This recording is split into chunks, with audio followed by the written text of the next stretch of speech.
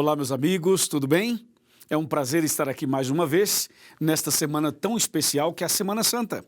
E eu estou feliz em poder, cada dia, estar junto com você, com a sua família, para participar dessas meditações tão importantes, não é mesmo?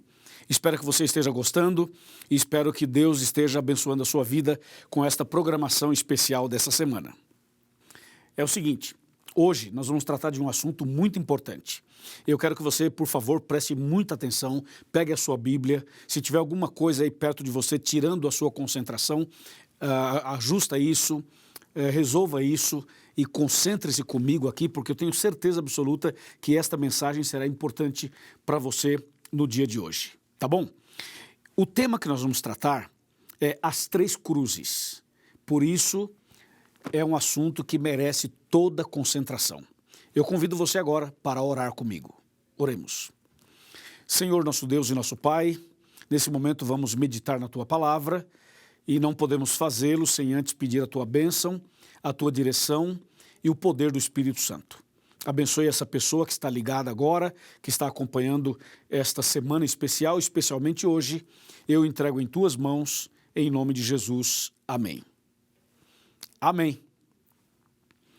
Bom, já sabemos o tema, já sabemos que estamos numa semana especial, restaurados em Cristo, e eu gostaria de, logo de início, já ler o texto bíblico para você. Lucas, capítulo 23, de 39 a 43, que diz assim: Um dos malfeitores crucificados blasfemava contra ele, dizendo: Não és tu o Cristo? Salva-te a ti mesmo e a nós também. Respondendo-lhe, porém, o outro, repreendeu-o, dizendo: Nem ao menos temes a Deus, estando sob igual sentença? Nós, na verdade, com justiça, porque recebemos o castigo que os nossos atos merecem. Mas este nenhum mal fez. E acrescentou: Jesus, lembra-te de mim quando vieres no teu reino. Jesus lhe respondeu: Em verdade te digo hoje, estarás comigo no paraíso. Que texto impressionante. Quando você lê a Bíblia, você tem que ler com concentração, com atenção, e aí você tem que procurar analisar cada detalhe. Somente a leitura já é uma leitura cheia de detalhes. E agora nós vamos então meditar nesse texto tão precioso. É o seguinte, a Bíblia Sagrada conta que Jesus veio a esse mundo com o objetivo de salvar a humanidade.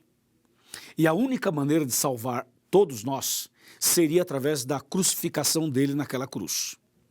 E Jesus então veio aqui, conforme diz Gálatas 4, verso 4, na plenitude dos tempos, ou seja, de acordo com a profecia. Ele veio, nasceu da Virgem Maria, pelo poder do Espírito Santo, e tornou-se um de nós, Emanuel, Deus conosco. Então Jesus viveu aqui na terra 33 anos e meio.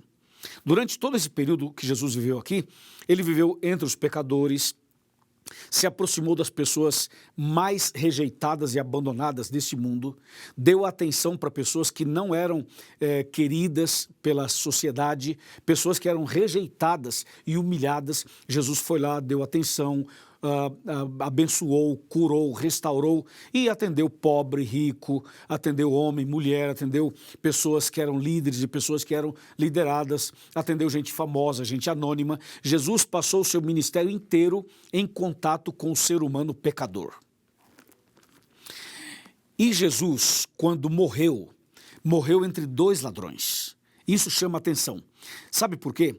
Porque naquela cruz do meio, onde Jesus foi crucificado, era para estar, a princípio, Barrabás. Barrabás era o chefe de uma quadrilha, podemos assim dizer. E aqueles dois ladrões que morreram ao lado de Jesus eram membros dessa quadrilha de Barrabás. Só que Jesus foi preso, julgado e condenado de última hora. Então, o que eles fizeram? Libertaram Barrabás e colocaram Jesus no lugar dele. Inclusive, a cruz que Jesus carregou e na qual ele foi crucificado não era a cruz de Jesus, era a cruz de Barrabás. Era a cruz de outra pessoa, que também representava a minha cruz e a sua cruz. Então Jesus morreu naquela sexta-feira à tarde, no Monte do Calvário, entre dois ladrões. Portanto, em cima do Monte do Calvário haviam três cruzes. A cruz da direita era a cruz onde estava um homem que se conhece por documentos históricos como Dimas. E o outro da cruz da esquerda, alguns acham que o nome dele era Gestas. Então, esses dois eram os dois ladrões. E Jesus, que estava na cruz do meio, morria pelos dois e morria por toda a humanidade. Então, nós poderíamos colocar assim, a cruz de Dimas, ou seja, o próprio Dimas, que foi o ladrão que se arrependeu, esse morreu para o pecado. Do outro lado, o Gestas, o que não se arrependeu, morreu no pecado. E Jesus Cristo, na cruz do meio, morreu pelos pecados dos dois, pelos meus, pelos seus e pelos pecados de toda a humanidade. Então fica assim, um ladrão morreu para o pecado, o outro ladrão morreu no pecado e Jesus morreu pelos pecados. O que isso significa? Atenção, significa que morrer para o pecado significa abandonar o pecado, significa se arrepender, significa reconhecer e aceitar Jesus como Salvador e reconhecer que você é pecador, que você necessita de Jesus. Então aquele ladrão, ele morreu para o pecado. Ele na cruz se arrependeu, na cruz ele aceitou Jesus. Morrer para o pecado é morrer salvo, é morrer arrependido, é morrer nos braços do Pai, é morrer, mas antes de morrer, entregar o coração ao Senhor. Morrer para o pecado é morrer salvo. Mas do outro lado estava o Gestas, que morreu no pecado. Significa que morreu perdido, morreu sem se arrepender, morreu sem aceitar Jesus, morreu sem a salvação. Entendeu ou não? Morreu no pecado, morreu perdido. Agora, o que chama atenção na história desses dois homens é o seguinte, tanto o Dimas quanto o Gestas estavam à mesma distância de Jesus.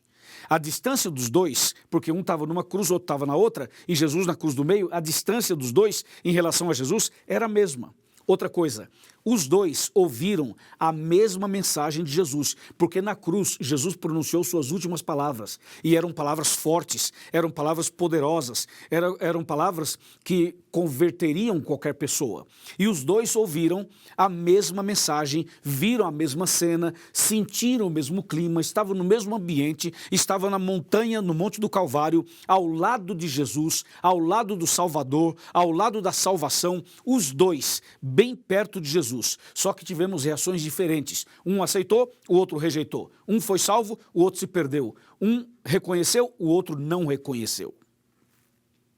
Por que será que isso acontece? Por exemplo, agora eu estou falando para você e juntamente com você falo para muitas pessoas. Por que será que tem tantas pessoas me ouvindo agora, mas vamos ter decisões diferentes?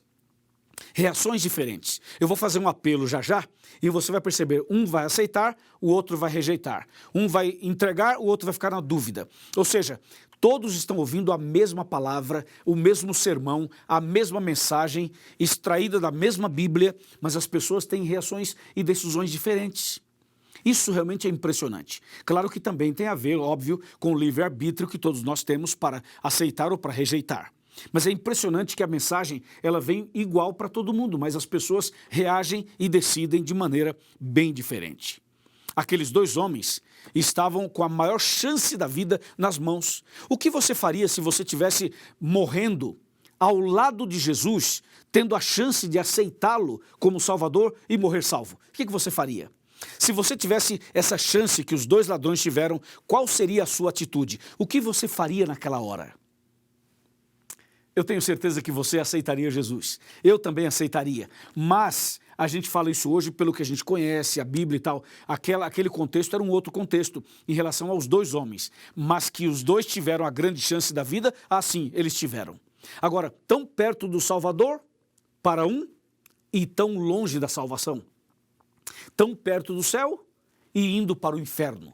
Tão perto da verdade e agindo como uma atitude de mentira. Não é verdade? Mas, por outro lado, uma pessoa se arrependeu, uma pessoa se converteu, uma pessoa se entregou. Aconteceu assim, ou mais ou menos assim. Jesus estava na cruz do meio, então um ladrão, o que não se arrependeu, o que morreu perdido, ele se dirigia a Jesus e falava assim, aí, você é Jesus? Aí, você não é o Salvador? Você não é o Messias? Então vai, prova que você é, desce da cruz, faça um milagre, salva você mesmo e salva nós também, dizia o ladrão que não se arrependeu. Olha que coisa. Por outro lado, o outro se dirigiu a ele e falou assim, ei rapaz, fica quieto aí, cala essa boca. Como é que você fala isso de Jesus? Se alguém aqui merece morrer e passar pelo que estamos passando, sou eu e é você. Nós dois merecemos. Nós dois fomos bandidos a vida inteira. Nós dois tivemos problemas a vida inteira. Nós dois somos de uma quadrilha. Nós dois assaltamos. Nós dois usamos drogas. Então, se alguém aqui merece a morte, sou eu e é você. Agora, esse homem que está aqui do meu lado, nenhum mal ele fez. E quando ele falou assim, nenhum mal ele fez, o clima mudou. O clima mudou no Monte do Calvário. Então ele se dirige a Jesus e diz assim, Jesus, lembra-te de mim quando vieres no teu reino. Que impressionante. Que impressionante. Olha o que ele falou para Jesus. Aí Jesus se dirige a ele e diz assim, em verdade te digo hoje, você vai estar comigo no paraíso. Eu garanto a tua salvação. A partir de hoje você está salvo. Você vai estar comigo no paraíso. Que coisa incrível, não é? Aí eu pergunto, então a salvação é tão fácil assim? Você na última hora fala assim, Jesus, lembra-te de mim quando vieres no teu reino, e Jesus fala, ok, está garantido a tua salvação, beleza, vai para o céu, fechou, tudo resolvido. É assim? Que coisa, né? Agora, para entender isso daqui, tem que analisar a frase do ladrão arrependido. A frase foi a seguinte, Jesus, lembra-te de mim quando vieres no teu reino. Vamos analisá-la. Olha só. Ele se dirige a Jesus e fala assim, Jesus, como é que ele sabia que aquele homem ali era Jesus Cristo, o Salvador? Porque Jesus significa Salvador e Cristo significa ungido.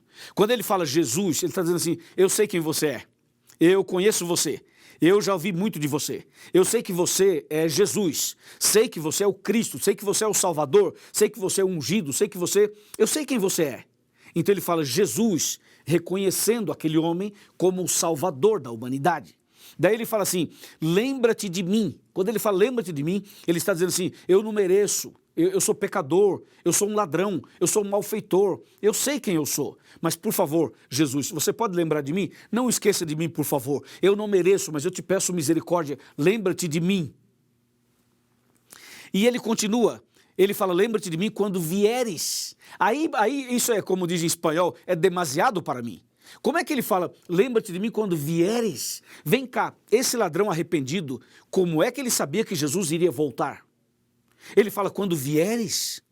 Interessante, mas Jesus não estava do lado dele morrendo? Sim, estava. E como é que ele sabia que aquele homem, Jesus, que estava do lado dele morrendo, iria voltar?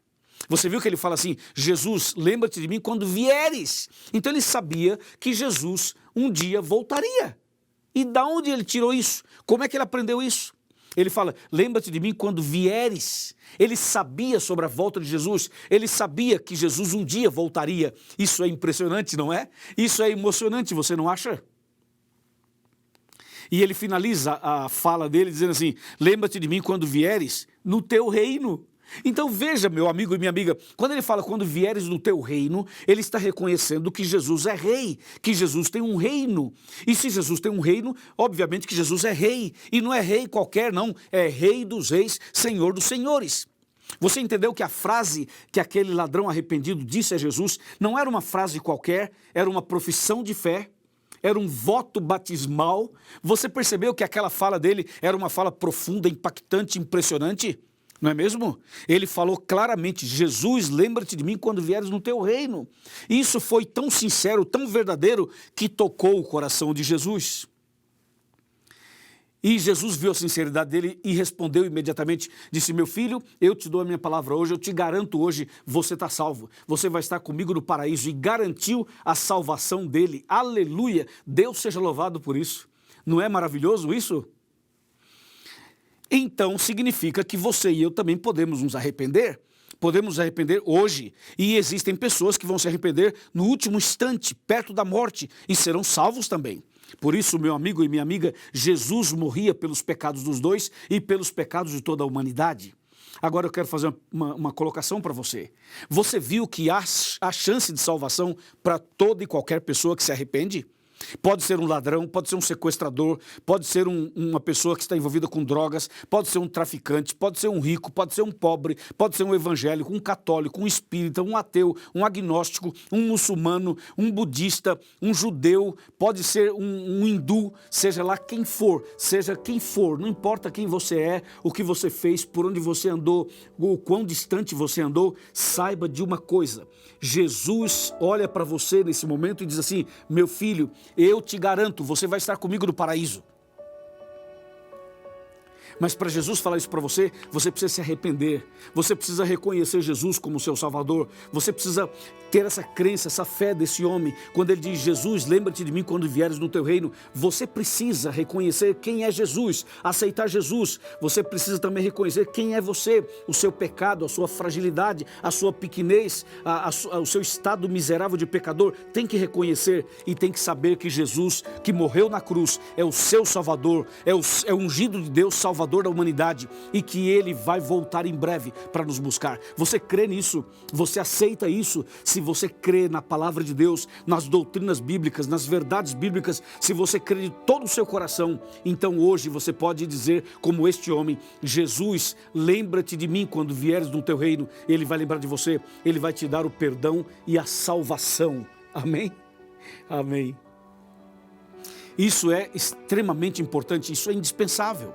Então Jesus garantiu a salvação daquele homem. Aquele homem se arrependeu, morreu para o pecado. Mas o outro morreu perdido, morreu no pecado, porque não quis, não aceitou. Eu pergunto: e você? E você, se você tivesse que morrer hoje, se você morresse hoje, se hoje fosse o último dia na terra, você morreria para o pecado ou morreria no pecado? Você morreria salvo ou morreria perdido? Você estaria em Cristo ou estaria sem Cristo? Como seria a sua situação se hoje fosse seu último dia na terra? Você não quer agora aproveitar esse momento e tomar uma decisão e cair de joelhos e falar: Senhor, lembra-te de mim quando vieres no teu reino?